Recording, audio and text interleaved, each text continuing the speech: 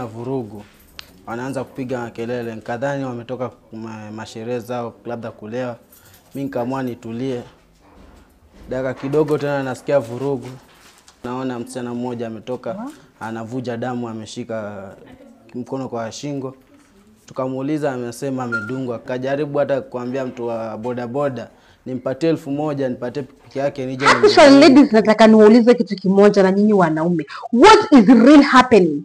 Because this generation ya sahi is so different.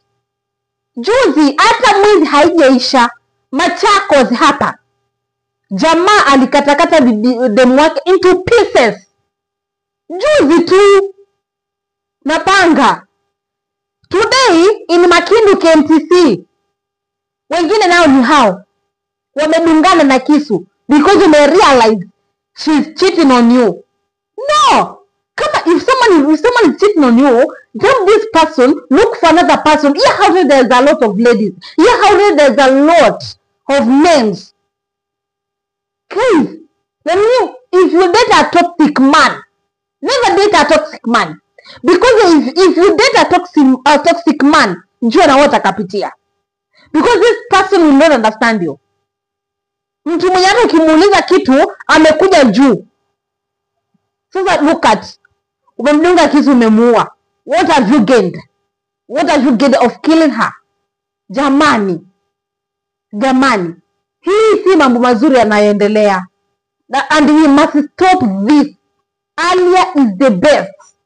If this generation iko hivi, what about the coming generation? Tunaweza kubadilisha vitu zingine bwana.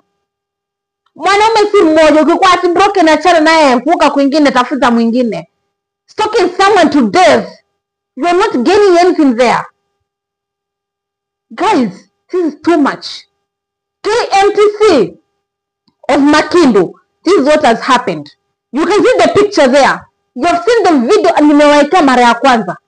Yule email alidungwa hapa shingo, huyo demu alidungwa hapa, na alidungwa na girlfriend wake, kudungwa na mwanaume. It's like ni kama alikuwa lesbian.